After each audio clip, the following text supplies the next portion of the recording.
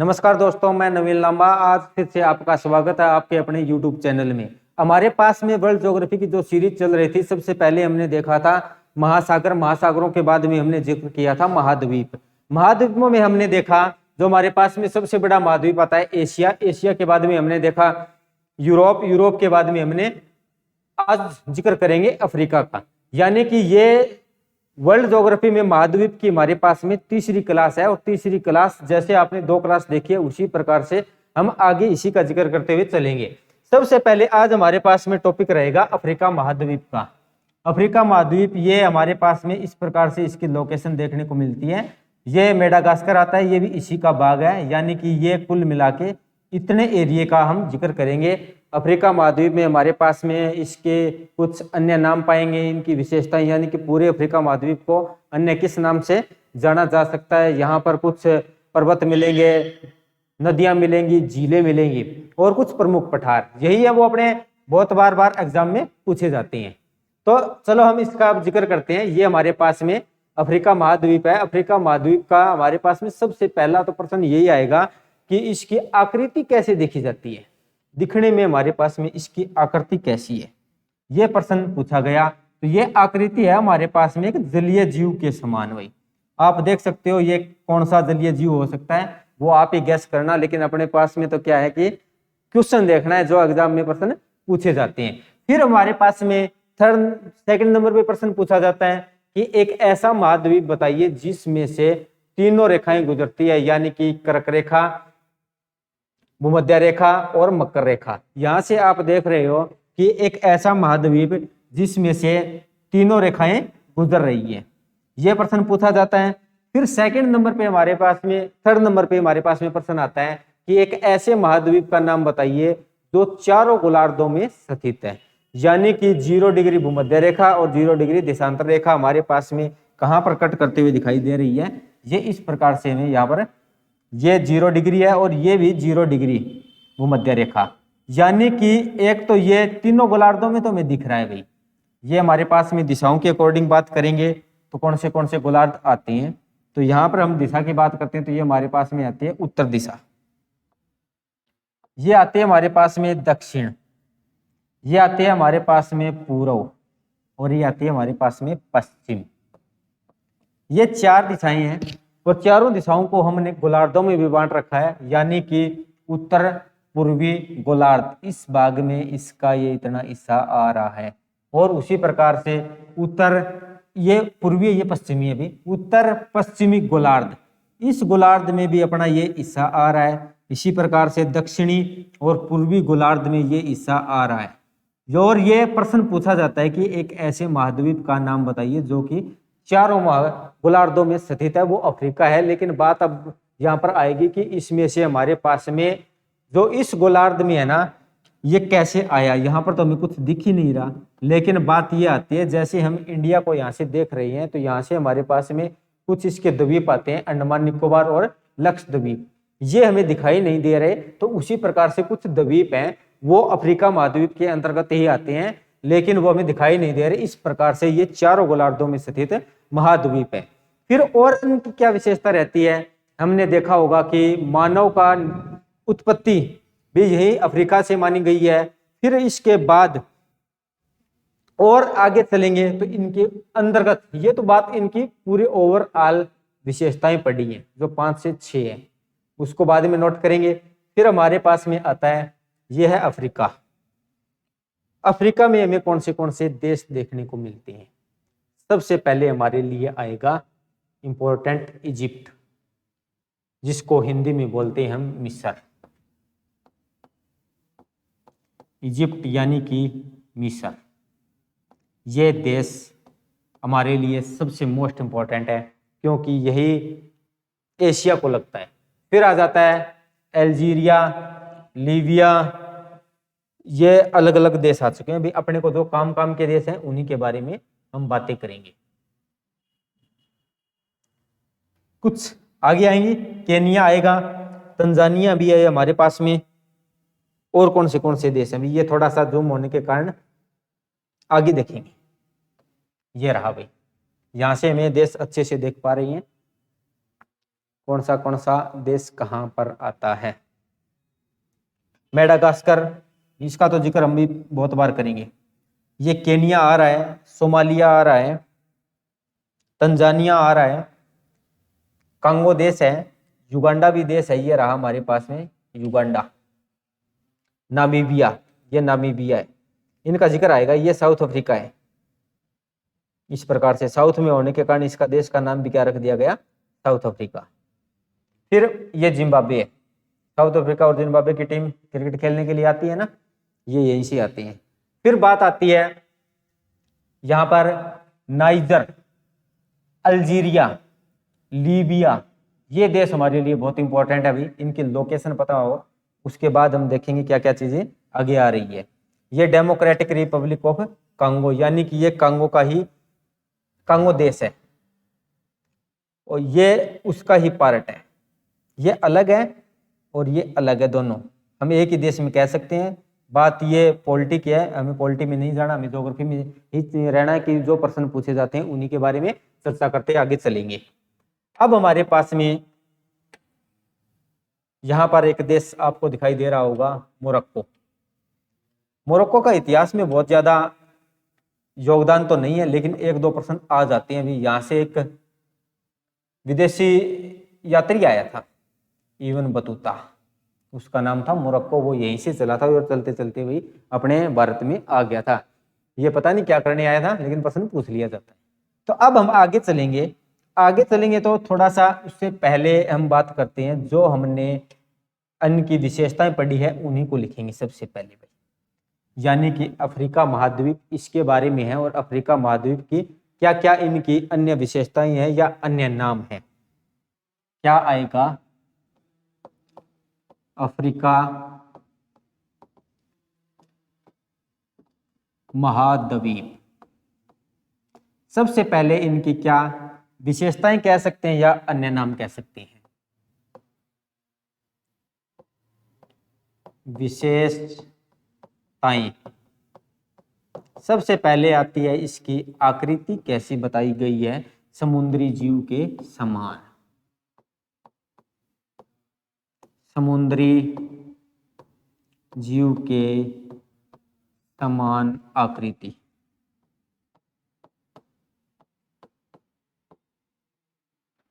फिर सेकंड में हमारे पास में प्रश्न क्या बनेगा?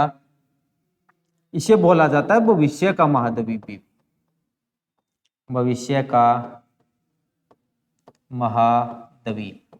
फिर हमने देखा चारों गोलार्धों में स्थित महाद्वीप, चारों गोलार्धों में स्थित महाद्वीप। सारे प्रश्न पूछे गए हैं अभी, कोई ना कोई एग्जाम में। फिर आ जाता है तीनों रेखाओं का महाद्वीप, तीनों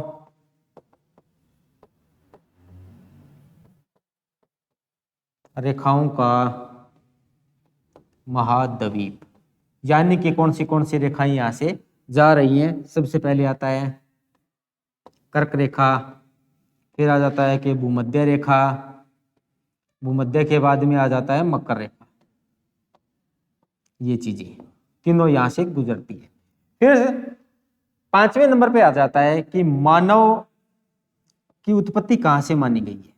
ये हम इतिहास में बहुत बार पढ़ते हैं, पूरा प्रागैतिहासिक काल, पूरा पाषाण काल, उस समय की बातें आती हैं। तो यहां से हम पढ़ते हैं कि ये मानव की उत्पत्ति अफ्रीका से मानी जाती है।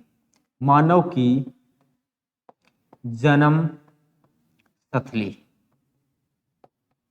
ये कहां से मानी गई है? अफ्रीका से। ये हमारे पास में इनकी 5 विशेषताएं हैं। ये 500 की 500 भाई एग्जाम में बहुत बार पूछी गई और बहुत बार पूछे जाने की संभावनाएं हैं। फिर आगे चलेंगे तो हमारे पास में हम शुरुआत में जो जो देश आ रहे हैं इनको अलग करते चलेंगे, क्योंकि इसके ऊपर हमारे पास में यूरोप महाद्वीप था, साइड में एशिया था, तो इनको कोई ना कोई अलग करने के लिए कोई ना कोई चीजें बनाई गई है। तो अब हम देखेंगे, शुरुआत में हम बात करेंगे, ये वो देश है जिनके बारे में हमने देख लिया। ये इजिप्ट है भाई, इसके बारे में, यानी कि मिस्र। यहां पर ये इस प्रकार से ये इजिप्ट है, ये चौरस है, ये इजिप्ट है। यहां से इधर भी हमारे पास में भूमध्य सागर है और इधर लाल सागर, और यहां से एक नहर गुजारी गई है जिसको बोलते हैं हम सवेज नहर। ये हम देखेंगे क्या है चीज नहर। ये रही भी हमारे पास में सवेज नहर, ये इस प्रकार से बनाई गई है सवेज नहर।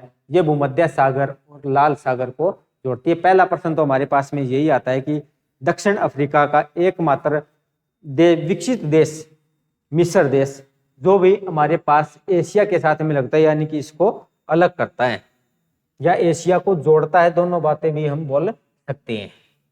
फिर हमारे पास में ये सवेज नहर, इसकी लोकेशन हमें पता होना चाहिए, मिस्र में ही है, भूमध्य सागर और लाल सागर को जोड़ती है। फिर हम बात करेंगे आगे, तो ये हमारे पास में जो कहां से आ रही थी, बिल्कुल छोटी सी यहीं से गुजारी गई है, ये इस जगह से सवेज नहर, ये यहां से, तो यहां से गुजारने के कारण ये भूमध्य सागर और लाल सागर को जोड़ देती है। तो यहां से कोई ना कोई अगर आए, ये इंग्लैंड ऊपर भी, इंग्लैंड वाले यहां से आए और ये यहाँ से इनको जोड़ते हैं, तो लगभग भी हमारे पास में 7000 किलोमीटर की दूरी होती है। जबकि पहले इनको यहाँ से भी 1869 से पहले भी इनको यहाँ से इधर से आना होता था इस प्रकार से, और इनकी दूरी कितनी होती थी, 11600 किलोमीटर। यानी कि अब हमारे पास में कितनी दूरी का फर्क आया है वो आप लोग अब यहाँ पर देख सकते हो भाई। यानी कि ये हमारे पास कोई काम की चीज नहीं है। जो सवेज नहर है ये कहाँ पर है, दूरीदारी से आज तक ना इनको कोई प्रश्न पूछा गया है, ना ही कोई प्रश्न पूछा जाएगा। ये एक्स्ट्रा ही जानकारी है। यानी कि अगर यहाँ से देखें तो ये क्या है, अभी इन्होंने सिर्फ और दूरी कम करने का काम किया है भाई। क्योंकि देखो, एक तो यहाँ से आ रहे हैं, अगर यहाँ से छोटी सी अगर नहर निकाल दी जाए तो क्या होगा, यहाँ से चलने के बाद में दूरी सारी ओवरऑल कम हो जाती है। तो हमारे पास में ये कहाँ पर आती है, ये तो ठीक है जी। अब हमारे पास में पहला प्रश्न तो यही आएगा कि मिस्र में दक्षिण अफ्रीका का एकमात्र विकसित देश अफ्रीका,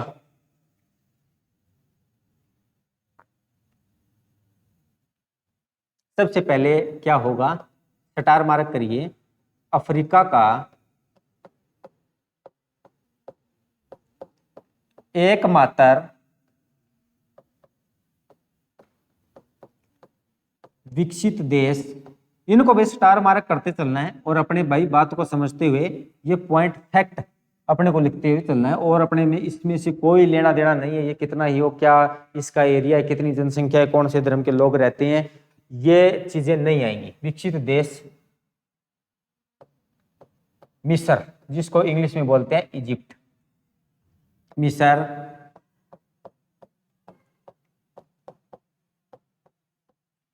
एशिया को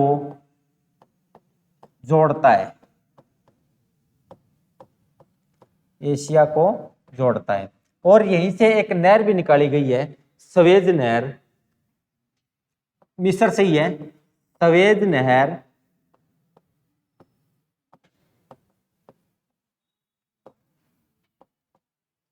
भूमध्य सागर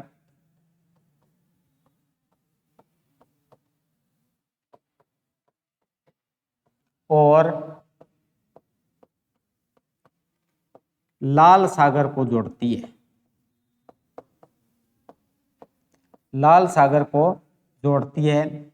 इसीलिए भी इसका एक अन्य नाम भी रखा गया है, क्या है, इसे मिस्र की दूसरी नील नदी कहा जाता है। इसे मिस्र की दूसरी नील नदी कहा जाता है।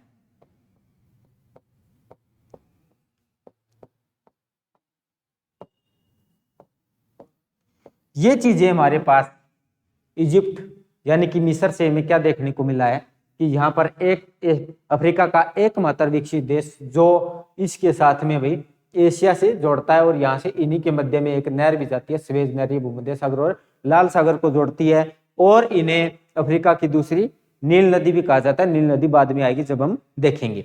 फिर हमारे पास में आगे चल रही है, तो इसी में से देख लेते हैं भी। एक फैक्ट और आएगा हमारे पास, पीछे चल रहा है, हाँ इसी में से पता चल जाएगा।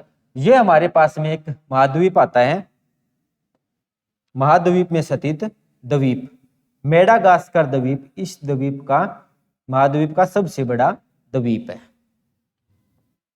यानी कि मेडागास्कर। फैक्ट है भाई, सिंपल सा ही है। मेडागास्कर अफ्रीका का सबसे बड़ा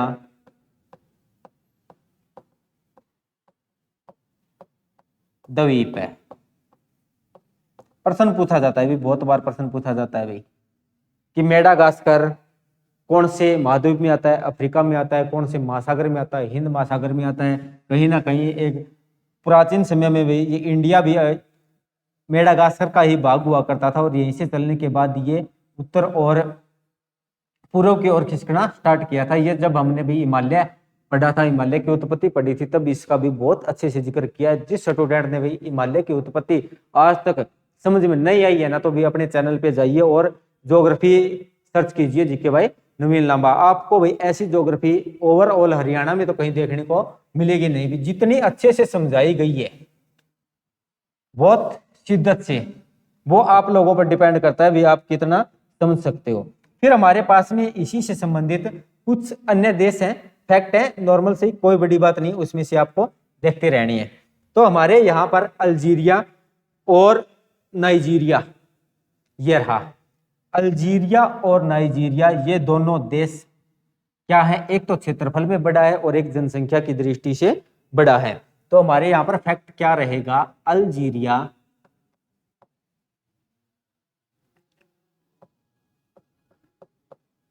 अल्जीरिया क्षेत्रफल की दृष्टि से सबसे बड़ा है,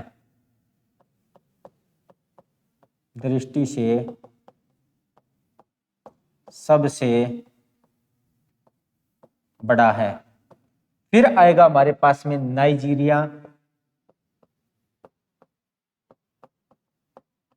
नाइजीरिया जनसंख्या की दृष्टि से सबसे बड़ा है, जनसंख्या की दृष्टि से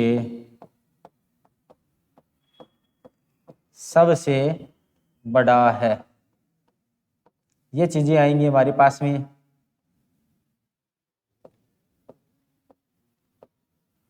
अब इसी में से आगे चलेंगे, तो आगे चलेंगे तो हमारे पास में अब हम बात करेंगे कुछ प्रमुख पर्वतें। पर्वतों से पहले हमने क्या देखा, यहाँ पर हमने इजिप्ट देखा, इजिप्ट में हमने एक स्वेज नहर देखी, स्वेज नहर के बाद में अल्जीरिया देखा और नाइजीरिया देखा। यही प्रश्न है जो देशों से संबंधित अपने को भाई, पहले तो अफ्रीका की विशेषताएं प्रश्न एग्जाम में पूछी गई है, फिर ये जो 3 देश आए हैं इनके बारे में एग्जाम में पूछा गया है। अब हम देखेंगे कुछ प्रमुख पर्वत। आगे चलेंगे, ये स्वेज नहर है, स्वेज नहर के बाद हमारे पास में आएगा प्रमुख पर्वत। यहाँ पर प्रमुख पर्वत, इनके बारे में देखेंगे, इनकी लोकेशन कहाँ कहाँ पर अपने को मिलती है। सबसे पहले आएगा हमारे पास में एटलस माउंटेन, ये रहा हमारे पास में एटलस माउंटेन, ये रहा एटलस माउंटेन। फिर हमारे पास में आया किलीमंजारो, किलीमंजारो कहाँ पर है भाई, इनको देखने हैं, किलीमंजारो माउंटेन। फिर आता है डेक्कन स्वर्ग, डेक्कन स्वर्ग यहां पर है अभी, डेक्कन स्वर्ग ये रहा यहां पर। किलीमंजारो कहां पर है, किलीमंजारो पर्वत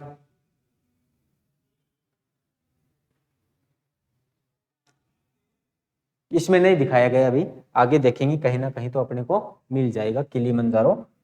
अगर नहीं भी मिलेगा तो भी आप लोगों को टेंशन की जरूरत नहीं है, क्योंकि चीजें ये कहीं ना कहीं इन्हीं देशों में मिलेगा। सबसे पहले हमारे पास में अब हम बात करेंगे प्रमुख पर्वत, ये रहा। सबसे पहले क्या आएंगे, प्रमुख पर्वत, जो कि हमारे पास में 3 ही दर्शाए गए हैं। प्रमुख पर्वत। सबसे पहले आता है एटलस। ये हमें दिख रहा है अभी, इसी के बारे में प्रश्न पूछा जाता है। उत्तर पश्चिम में नवीन मोड़दार पर्वत।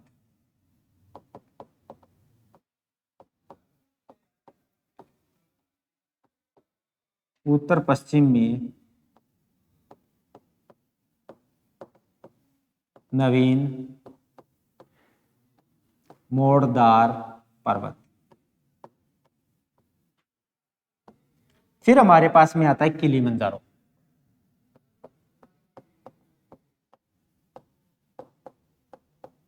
किलीमंजारो से संबंधित बहुत बड़ी अच्छी जानकारी हमको रखनी पड़ेगी। ये क्या है कि अफ्रीका का सबसे ऊंचा पर्वत है। अफ्रीका का सबसे ऊंचा पर्वत।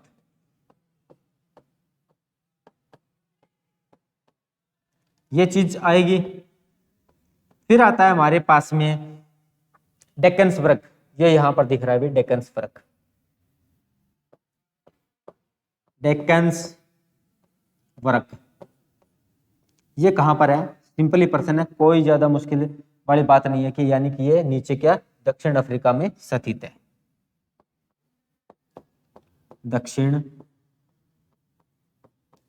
अफ्रीका में स्थित है। ये 3 प्रश्न है, तीनों के बारे में भी बहुत बार एग्जाम में प्रश्न पूछे गए हैं। किलीमंजारो भी देख लेना, यहां पर अपने को दिख नहीं रहा है, शायद इसमें यह दर्शाया ही नहीं गया है। किलीमंजारो कहां पर है, वरना भी आपको दिखा देते तो अच्छा होता। लेकिन एटलस, डेक्कनसबर्ग, किलीमंजारो नॉर्मल याद रख लेना। यहाँ पर वही अपने हिसार से अनीता कुंडू हर बार कहीं ना कहीं इस पे जाती ही रहती है। उन्होंने भी बहुत सारे प्रश्न क्रिएट कर रखे हैं, अभी कौन सी पहाड़ी पर गई है, कितनी ऊंचाई पर गई है, ये वो चीजें। अगर इसके बारे में अगर आप इनकी हाइट लिखना चाहो तो कितनी हो सकती है, यहाँ पर 5895 मीटर। अगर लोकेशन और देखते हो तो ये हमारे पास में केनिया और तंजानिया में स्थित है। केनिया और तंजानिया ये यहां पर होगा भाई, केनिया। ये रहा भाई किलीमंजारो। किलीमंजारो मिल गया, अभी बहुत मुश्किल के बाद में मिला है किलीमंजारो। ये रहा किलीमंजारो। ये केनिया और तंजानिया देशों में स्थित है और इसकी हाइट कितनी है? 5895 मीटर। ये चीजें अभी हमारे पास में 3 पर्वत थे। अब हम बात करेंगे इसी के आगे चलते हुए कुछ प्रमुख पठार। कुछ प्रमुख पठार हमारे पास कौन से है वो यही देखेंगे हमारे पास में। इसको पहले आप देख लीजिए, प्रमुख पर्वत एटलस, किलीमंजारो और डेक्कनसबर्ग। फिर हमारे पास में आएंगे प्रमुख पठार। प्रमुख पठार में हमारे पास में आता है, सबसे पहले आता है इथोपिया का पठार। ये इथोपिया कहाँ पर है? ये यहाँ पर है। फिर आता है हमारे पास में जोस का पठार। जोस का पठार ये रहा हमारे पास में। 2 पठार और मैप से देखेंगे भी कौन से कहां पर आ रही है। इथोपिया का पठार, इसको एक मैप से और भी लगाया गया था। इथोपिया के पठार को देखते हैं।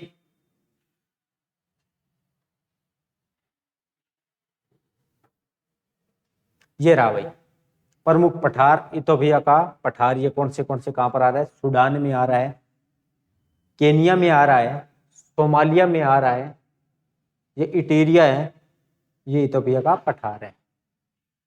अदिस अबीबा ये मुख्य देश इसमें से आता है भाई, इथोपिया का पठार। यहाँ पर क्या आती है? मसाई जनजाति निवास करती है। इस पर प्रश्न ये पूछा जाता है। प्रमुख पठार ये है कहाँ पर? अफ्रीका महाद्वीप में है। प्रमुख पठार सबसे पहले हमारे पास में क्या आएगा? इथोपिया का पठार।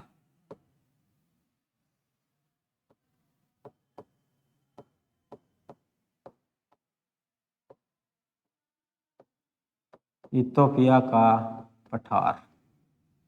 इस पठार पर मसाई जनजाति निवास करती है।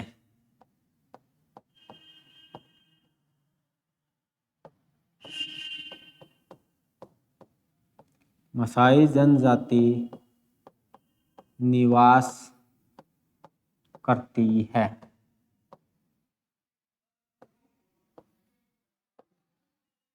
ये चीजें फिर हमारे पास में आगे चलेंगे, एक आता है साबा का पठार, वो इसमें देखेंगे भी, अगर हमें कहीं दिखा तो भाई हमारे लिए सौभाग्य होगा। इथोपिया का पठार यहां पर आता है, साबा का पठार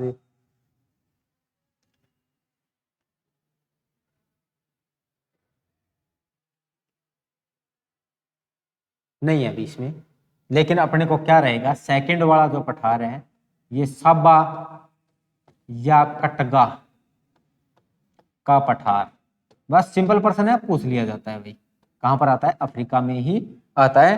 थर्ड नंबर पे आता है हमारे पास में जोस का पठार, ये हमने यहाँ पर देखा था भाई, ये रहा जोस का पठार। और कहां पर है ये, नाइजीरिया देश में, जोस का पठार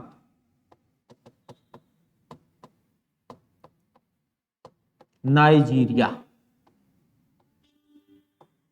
नाइजीरिया, और नाइजीरिया में क्या है भाई, सर्वाधिक विश्व में सर्वाधिक टीन का भंडार, विश्व में सर्वाधिक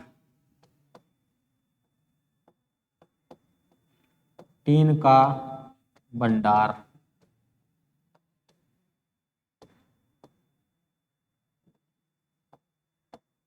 ये हमारे पास में पठारों से संबंधित जानकारी प्राप्त कर ली। अभी हमने, हमारे पास में इथोपिया का पठार आया था, जोस का पठार है, साबा या कंगटा का पठार है, वो कहीं हो, लेकिन प्रश्न पूछा गया कि कहां पर आता है जी, दक्षिण अफ्रीका में आता है। फिर हमारे पास में आगे चलेंगे तो यहाँ पर कुछ इसी में मरुस्थल भी आते हैं, मरुस्थल भी आएंगे, वो भी इसी में आएंगे। अब हम इसको भी थोड़ा सा रफ कर लेते हैं, ये चीजें हमने नोट कर लिया, बहुत अच्छे से देखा इनके बारे में, क्लियर करने के बाद में यहाँ पर मरुस्थल कौन से मरुस्थल आते हैं हमारे पास में, सहारा डेजर्ट सबसे पहले ये दिख रहा भाई आपको, सहारा डेजर्ट कहां पर आता है, अफ्रीका में आता है। फिर हमारे पास में नामीबिया देश है, नामीबिया देश में भी नामीबिया के नाम से ही मरुस्थल बना हुआ है। फिर आता है कालाहारी मरुस्थल, कालाहारी मरुस्थल ये हमारे पास में कहां पर मिलेगा, ये रहा जी कालाहारी मरुस्थल, एक मैप में भी सब कुछ दिखाया गया है। नामीबिया डेजर्ट ये भी यहाँ पर है, यानी कि तीन चीजों के बारे में भी हमें यहाँ से अच्छे से जानकारी प्राप्त हो चुकी है। तीन पर्वतों की जानकारी प्राप्त हुई, तीन पठारों की जानकारी प्राप्त हुई, और तीन मरुस्थलों के बारे में भी हमने यहाँ पर देखा है, प्रमुख मरुस्थल।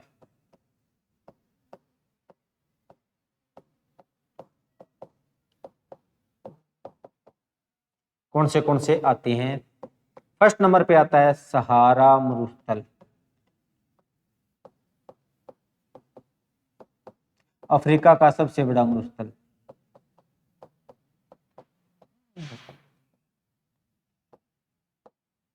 अफ्रीका का सबसे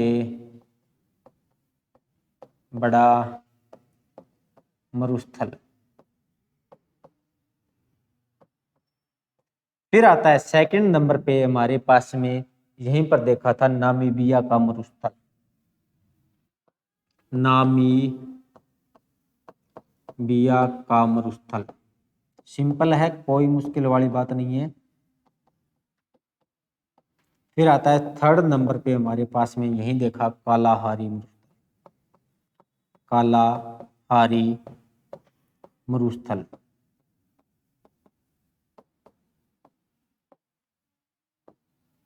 ये चीजें हमारे पास में तीन मरुस्थल हैं। कालाहारी, यहाँ पर इथोपिया पठार पे हमारे पास में मसाई जनजाति पाई गई थी, इसी प्रकार से कालाहारी मरुस्थल में हमारे पास में बुशमैन जनजाति पाई जाती है। बहुत बार एग्जाम में ये भी प्रश्न पूछ लिया जाता है, बुशमैन जनजाति पाई जाती है।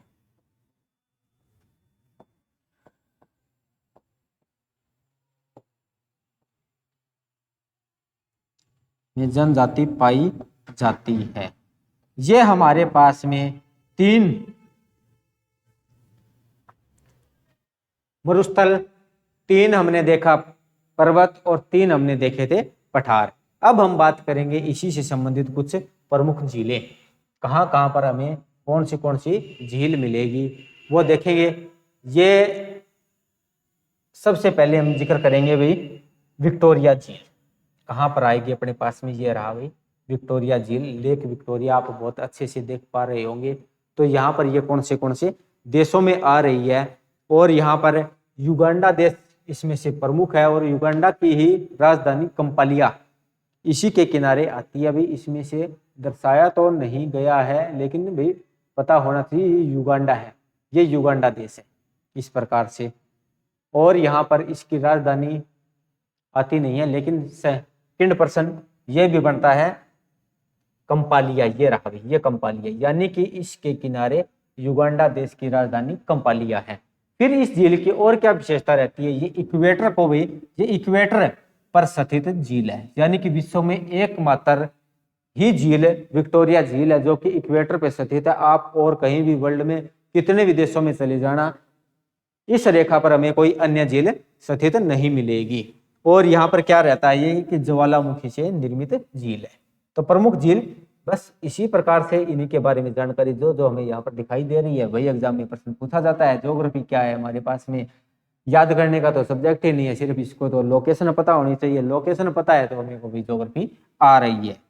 तो यहाँ पर क्या है कि प्रमुख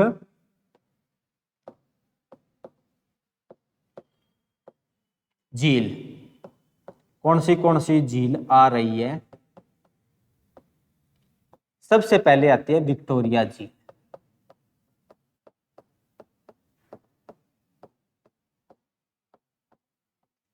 हाँ जी विक्टोरिया झील, ये क्या रहेगी इसके बारे में, ये युगांडा देश की राजधानी यानी कि युगांडा में तो आती है कंपालिया, इसके किनारे है। युगांडा देश की राजधानी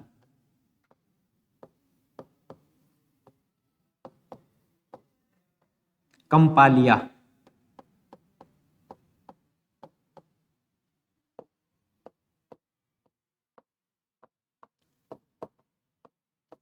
इस झील के किनारे पर स्थित है।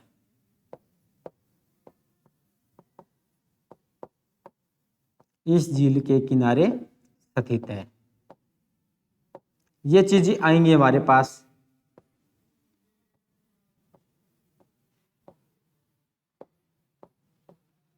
फिर हमारे पास में और क्या आती है कि ये भूमध्य रेखा पर स्थित झील, यानी कि ज्वालामुखी से भी निर्मित झील है ये, विषुवत रेखा पर विश्व की एकमात्र स्थित झील। विषुवत रेखा या भूमध्य रेखा पर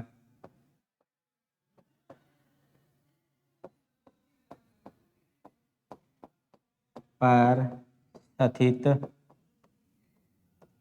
विश्व की एकमात्र झील।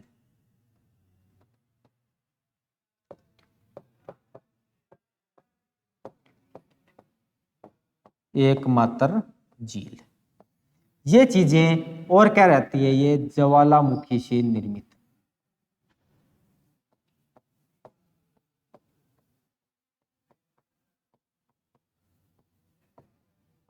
ज्वालामुखी से निर्मित है भाई।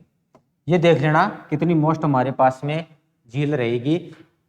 विक्टोरिया झील कहाँ पर है, ये युगांडा देश की राजधानी कंपालिया इसके किनारे पर है। ये इक्वेटर रेखा पर स्थित विश्व में एक ही मात्र झील स्थित है। फिर हमारे पास में युगांडा देश ये हो चुका है, और इसका निर्माण कैसे हुआ है, ज्वालामुखी से इस झील का निर्माण हुआ है।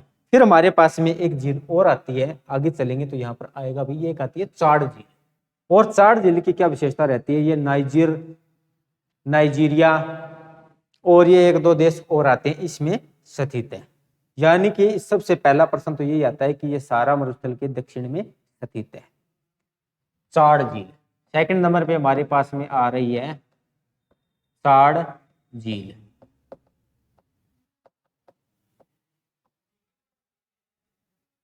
चाड झील ये कहां पर है, पहला प्रश्न तो यही पूछा गया था कि सहारा मरुस्थल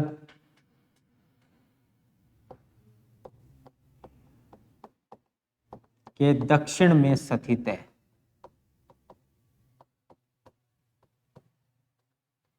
ये चीजें फिर हमारे पास में और कोई ज्यादा जानकारी नहीं है। अगर देशों के बारे में देखोगे तो आप वही कहाँ कहाँ पर हो सकती है, ये चाड में है, नाइजीरिया में है। यानी कि अगर विस्तार की बात की जाए तो ये कहाँ पर है, विस्तार, चाड, नाइजीरिया,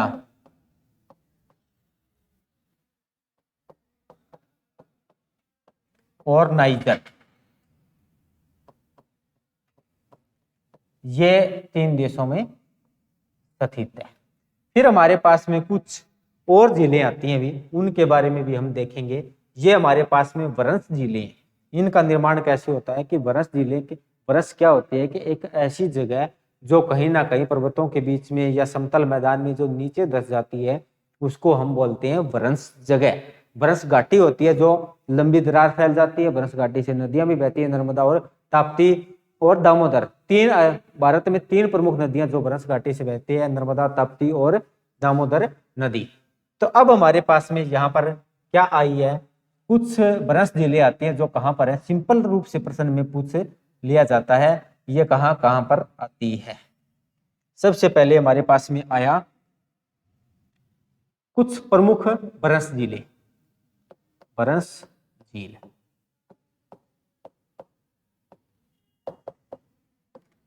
कौन सी आती है, एडवर्ड झील, एडवर्ड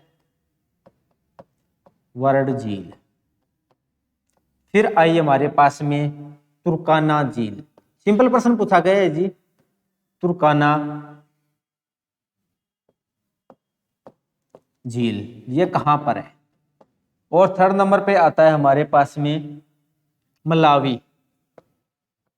तीनों झील एक ही बार एग्जाम में पूछ ली गई भी, ये कौन से महाद्वीप में आती है, तो ये अफ्रीका महाद्वीप में आती है। ये हमारे पास में प्रमुख झीलें हो चुकी है। अब हम देखेंगे कुछ प्रमुख नदियां। तो प्रमुख नदियां, अफ्रीका की भी प्रमुख नदी कौन सी आती है, नील नदी आती है। नील नदी के बारे में देखेंगे भी, ये कहाँ पर स्थित है और इनके बारे में क्या क्या हमें जानकारी मिल रही है। प्रमुख नदियां यानी कि ये हमारे पास जो नील नदी है, ये कंपाला, आपको यहां से तो अब तो अच्छे से दिख रहा होगा, यानी कि ये युगांडा की राजधानी है। यहां से ये चलती है और यहां से एक जलधारा चलती है, ये सवेत नील, सवेत नील। और ये फिर कहीं से एक अन्य जलधारा और आती है, नीली जलधारा, और ये खार्तून के पास में मिलती है। और खार्तून के पास मिलने के बाद में ये आगे चलती जाएगी, चलती जाएगी, और चलने के बाद में ये मिस्र के पास विश्व का सबसे सुंदर चापाकार डेल्टा बनाती है। ये यहाँ पर, और आती कहाँ पर है, ये भूमध्य सागर में इसका विसर्जन होता है। यही हमारे पास में इसमें से एक ये असवन बांध बना हुआ है, इसके बारे में एग्जाम में पूछा गया है। और फिर हमारे पास में यही इसकी जानकारी है। सबसे पहला प्रश्न तो क्या क्या आता है कि प्रमुख इसमें से 2 जलधाराओं के द्वारा इसका उद्गम होता है, और जब दोनों जलधाराएं मिलती हैं तो संयुक्त नाम इसका क्या आएगा, नील नदी आएगा। तो क्या आएगा, प्रमुख नदियां।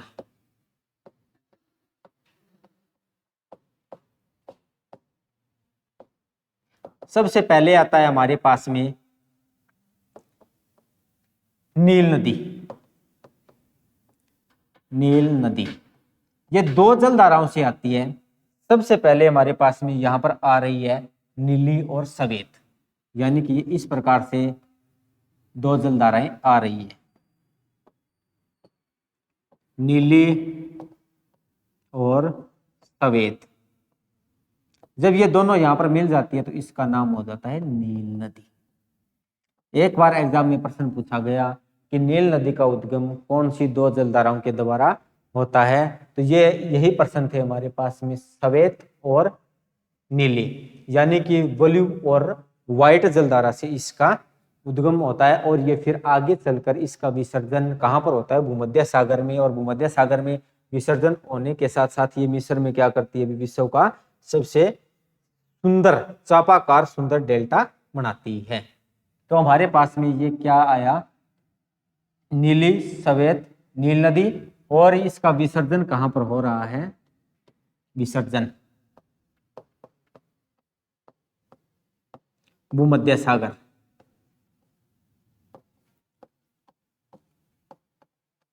भूमध्य सागर में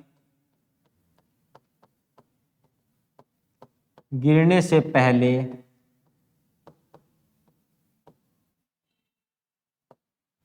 विश्व का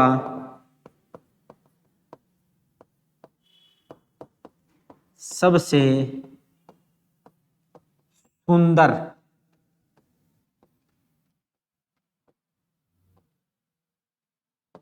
चापाकार डेल्टा का निर्माण करती है।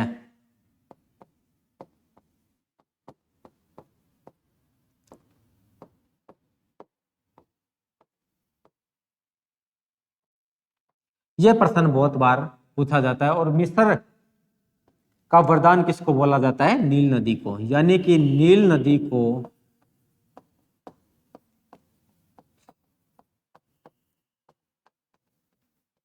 मिस्र का वरदान कहा जाता है।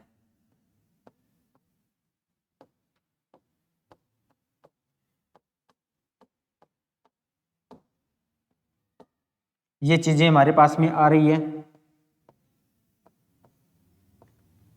ये चीज ठीक है जी। यानी कि अब हमारे पास में नील नदी के बारे में हमने भी इसको अच्छे से जानकारी प्राप्त कर लिया। उसके बाद हम देखेंगे हमारे पास नेक्स्ट नदी कौन सी आ रही है। ये आ रही है जी हमारे पास में कांगो नदी। ये कांगो नदी है। और कांगो नदी के बारे में ये इसका उद्गम कहाँ से हो रहा है? ये यहाँ से चल रही है और इस प्रकार से ये आगे चलती हुई चली जाएगी। लेकिन इसके बारे में प्रश्न क्या आएगा? जो हमने देखा था कि विक्टोरिया लेक हमारी यहीं पर बनी हुई है और विक्टोरिया लेक की हमारे पास क्या विशेषता थी कि ये भूमध्य रेखा पर स्थित है। अगर ये भूमध्य रेखा पर स्थित है तो भूमध्य रेखा तो इधर पूर्व की ओर जाएगी और इधर पश्चिम की ओर भी आएगी। तो इधर पश्चिम की ओर आएगी तो ये क्या कर रही है? जो कांगो नदी है भूमध्य रेखा को 2 बार काटने का काम करती है। पहला प्रश्न ये पूछा जाता है कि कांगो नदी कौन से महाद्वीप में आती है? अफ्रीका में आती है। और कौन सी नदी भूमध्य रेखा को 2 बार काटती है? तो ये आती है भी कांगो नदी। बस भाई यही प्रश्न आता है और इसके बारे में कुछ अन्य प्रश्न नहीं है। कांगो सेकंड में हमारे पास में क्या थी? कांगो नदी। ये कहाँ है? अफ्रीका में है। और भूमध्य इसकी विशेषता क्या रहेगी? भूमध्य रेखा को 2 बार काटती है।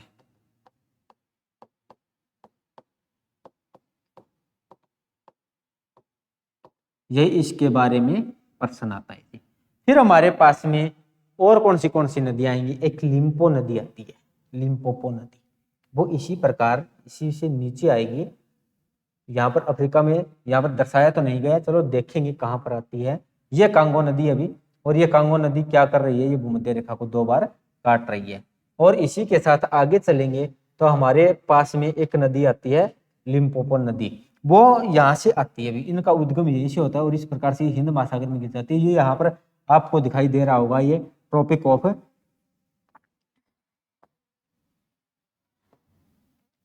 ये इस प्रकार से आपको मकर रेखा दिखाई दे रही होगी, मकर रेखा। तो यानी कि लिम्पोपो नदी मकर रेखा को 2 बार काटती है।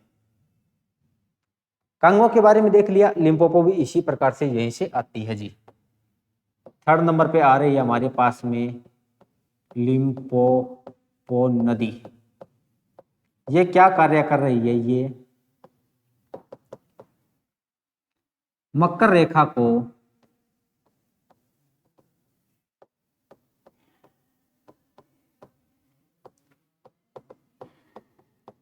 2 बार काटती है। ये चीजें आ चुकी है हमारे पास में और इसके बारे में कोई ज्यादा जानकारी प्राप्त करने की हमारे पास में जरूरत नहीं है। फिर हमारे पास में और इससे ज्यादा बढ़कर भाई मेरे हिसाब से तो कुछ इंपॉर्टेंट यहाँ पर रहा नहीं है। वरना चीजें भी कितने भी करते जाओ कोई वो नहीं है कि कंप्लीट होने वाला। कोई भी आज तक कंपटीशन का सिलेबस किसी भी स्टूडेंट का आज तक पूरा नहीं हुआ है। हमें वहां तक चीजें पढ़नी चाहिए जहां तक भी अपने एग्जाम में काम चलती जाए। जैसे एट प्रेजेंट में हमारे पास में ये इस लेवल का एग्जाम आ रहा है तो हमें पता होना चाहिए इसका पीछे और 1 पॉइंट और आगे। इसी को ध्यान में रखते हुए अपना कंपटीशन की तैयारी करना। अगर इससे ऊपर वाला भाई कोई ना कोई एग्जाम में पूछ रहा है तो वो आपके लिए न्यू है ना, तो वो सभी के लिए न्यू है। हमें 100 में से 100 नहीं लेने, हमें सिर्फ और सिर्फ इतने ही नंबर लेने हैं कि जो कि एग्जाम के पॉइंट ऑफ व्यू से काफी हम कट ऑफ में से आ जाएं, यही चीजें आती रहती हैं। तो ये हमारे पास में आज हमने देखा अफ्रीका महाद्वीप और अफ्रीका महाद्वीप से संबंधित जो भी जानकारियां थी उसको अच्छे से देखा। इसी सीरीज को भी कंटिन्यू देखने के लिए आप लोग क्या करना है, अभी अपने चैनल को सब्सक्राइब करना है, शेयर करना है। और इसके बाद जो बचे हुए महाद्वीप आते हैं, उत्तर अमेरिका, दक्षिण अमेरिका, ऑस्ट्रेलिया और अंटार्कटिका, इनके बारे में आपको नेक्स्ट क्लास में जानकारी दी जाएगी। भी आप लोगों को क्लास कैसी लगी इसके बारे में आप अपने कमेंट जरूर करें और वही क्लास को ज़्यादा से ज़्यादा शेयर करें। Thank you class. जय हिंद, जय भारत।